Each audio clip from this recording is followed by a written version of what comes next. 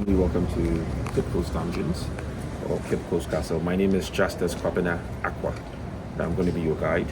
Today's experience should take us about 45 minutes to an hour. Questions and comments are welcome. So first of all, I'll give you a brief history about this edifice. So this is Cape Coast Dungeons or Cape Coast Castle. This building dates back to the 17th century. This was built 1665 by the British and the local people. I always say this, unknowingly or unfortunately, we constructed our own dungeons. See, it is rather unfortunate. Whenever they talk about the African history, we always started with slavery and colonization, as if that was part of our history as Africans. It was never part of our history. It was a disruption to our history as Africans, because somebody invented that to exploit us, so we can never make it our history. They refuse to talk about the kingdoms, the civilizations, and the empires this continent had before the white man came. And let me also chip in this. Did you know we had a university in West Africa before the Europeans arrived around the 15th century? Did you ever know? Okay, so I'm telling you. And after you can find it out also. We had a university here before Europeans arrived around the 15th century. It was known as the Sankore University in Timbuktu. There were libraries in Timbuktu. So it tells you that already this region was training engineers, astronomers, architects, scientists, you name it. But unfortunately, years of slavery and colonization, Europeans will now ban or try to, downplay what Africans invented to make it sound like Africans played no role to modern day civilization. But whatever the world know today is what Africans taught them. We can talk about ancient Kemet, gave science, literature, mathematics. They always make the story sound like, Africa was in chaos, they were savages and civilized. That's all propaganda, that's all lies. Ghana was known as the Gold Coast. As a result of the abundance of gold, Europeans will now steal from Ghana. So with time, Ghana's coast was flooded with castles and forts. But brother, talking about Cape Coast Castle today, the British did not construct this as a result of the gold trade. This was constructed as a result of the transatlantic trafficking of Africans. And I hate to use the word the transatlantic slave trade, because I strongly believe that whatever our ancestors endured in the dungeons and on the ships, I don't see anything trade about it, but I see everything trafficking about it. So when we talk about the trafficking of Africans, this building was the headquarters for British or for English trafficking of Africans. From these dungeons, the British had the well-defined destinations for the people they trafficked. Many of our ancestors ended up in North America, the British West Indies, the British Caribbeans, the British Virgin Islands, Central and South America. A few ended up in England. So today countries we call Jamaica, Barbados, Bermuda, St. Thomas, Belize, Guyana, United States of America. So when we talk about the US, there were 5 entry points into the US right from these dungeons we are about to see. The first entry point was Jamestown, Virginia, Charleston, South Carolina, Savannah, Atlanta, Georgia, Baltimore, Maryland, and New York. New York will have the biggest slave market in the entire region of North America, by name Wall Street. So the Wall Street we know today as a place for stock and bonds started as a slave market, as a slave auction. So today, I always say, when they tell our story, they massage it, they whitewash it, they sugarcoat it. So when you hear the story or when you learn it that way, basically you are still living in your oppressor's world. But we are going to be aware, and the day all of us will be aware one thing I also want to draw attention to before we go in, so we have the male dungeons, and right above it, the Church of England. So Yeshua, Jesus Christ, was worshipped up there, and underneath, people were raped, killed, tortured. Okay, so I'm going to take you to the dungeons. It's 4 steps down. The last one drops a little bit, so you watch it.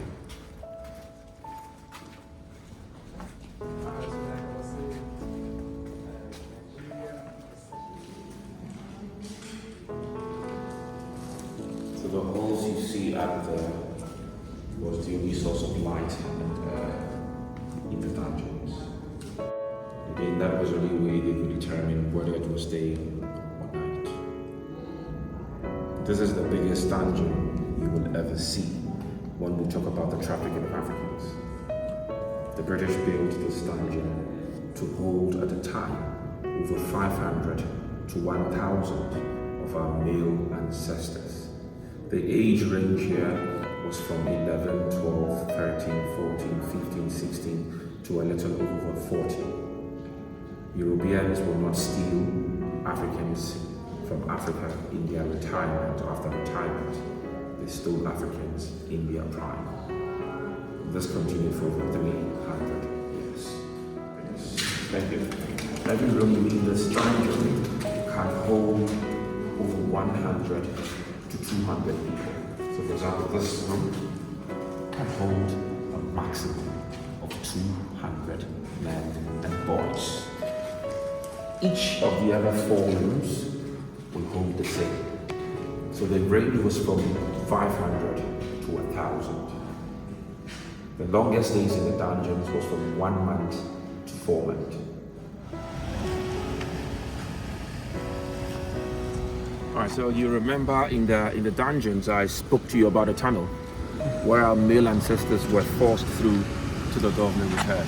We are standing right on top of the tunnel. We are right on top of it. So when we go down that way again, I'm going to show you some part of the tunnel and the exit. Again, you find guns or cannons.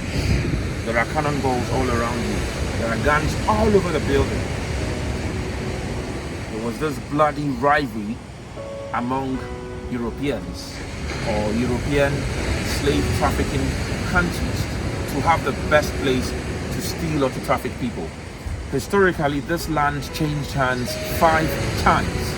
Portugal occupied this space from 1550s to the 1610s. Portugal left, and when Portugal left, another trafficking country called Sweden took the space. Sweden built a fort right here and named it Carolsberg. The Swedish also trafficked Africans out till 1658, when Denmark attacked them and took over. 1660, Holland attacked Denmark and also took over. 1664, the British also attacked the Dutch. So when the British took over, they came out with something like this. The British lived here from 1664 to 1957. So do the math. The British were here for almost 300 years.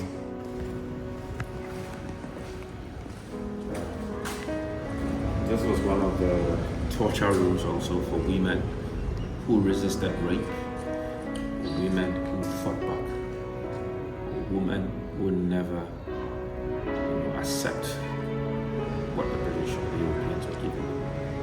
They would move them from the female dungeons in chains and in shackles. They would put some of them here. And if they cannot contain them anymore, they would kill them at the condemnation cell. So yes, the British built an execution room here without windows. They forced in the Africans, shut all the doors, and left them to suffocate to death. So this clearly indicates that it wasn't by choice. Our ancestors did not accept this condition. They resisted, they fought back, and they succeeded breaking those chains. So I strongly believe that freedom was never given. Freedom was taken. Because they make it sound like, oh, okay, now Europeans were angels. They ended it. Abraham Lincoln ended slavery. Oh, the Society for the Abolition of the Slave Trafficking ended slavery. But no. All the time, even in Africa, in their classrooms here, they refuse to talk about Haiti. Haiti became the first black republic on earth. Haiti became the first society made up of enslaved people who fought off the oppressors and succeeded. So Haiti was such an inspiration because after the Haitian Revolution, lots of revolutions started. Though we have door of no return, that was the final exit for our ancestors. Nothing was written there, but the perception and the idea was that whoever goes through this door will never return. But on the side of our ancestors, they never had any idea where they were going, because constantly Europeans would put fear and confusion in their heads. They wished that the next condition would be better, but it was from one worse situation to the other. Today, we shall follow the footsteps of our ancestors, but surely we shall all return.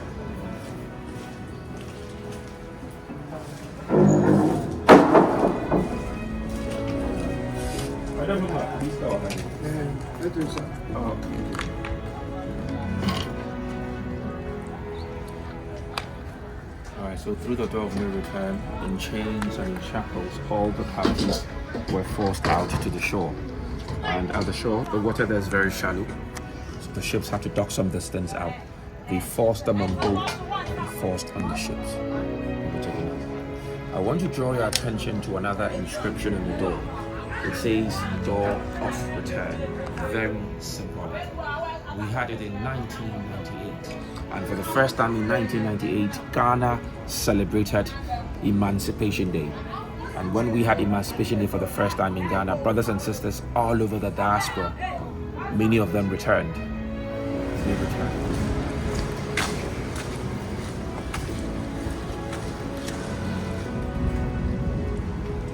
Pushed our ancestors in chains and in shackles and locked all the doors behind them. So immediately all the doors was locked. They would make sure that the last person suffocated to death before all the bodies was removed.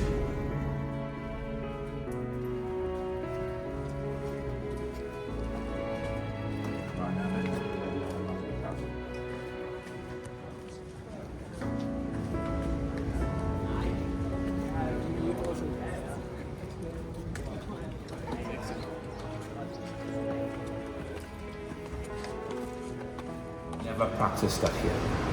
There were kingdoms and empires in Africa. Civilization here. Kingdoms would want to expand. We never fought among ourselves with the aim of degrading the other or dehumanizing the other. Never.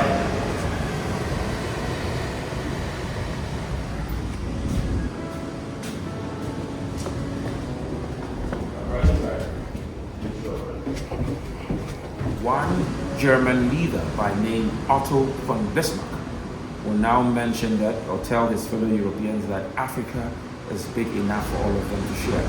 So there is no need for them to find and steal the resources within it. Rather, they should meet. So 1884, in a conference room in Germany, Africa was shared like a piece of cake among the Europeans.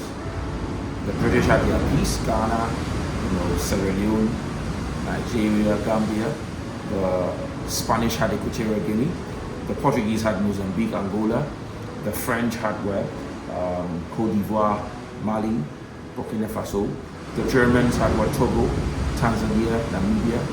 The Italians had Somalia, Eritrea, and etc. So that is how Africa was shared among the Europeans. And when Africa was shared among the Europeans, unfortunately Ghana was for England. So you can imagine the tons of gold the British stole from Ghana. That was the Church of England, the first Anglican church in Ghana. And Western form of education in Ghana also started there. Today there's no more a church or classroom. We are using it as a children's library. Let's learn it from the right source. Again, never again should this happen to us. We should never forget this history. Again, this calls for unity among ourselves as people of African descent, with Africans who with Africans of the diaspora. We need each other. This is the time to recognize Black enterprise. So this is a simple message I leave with us today.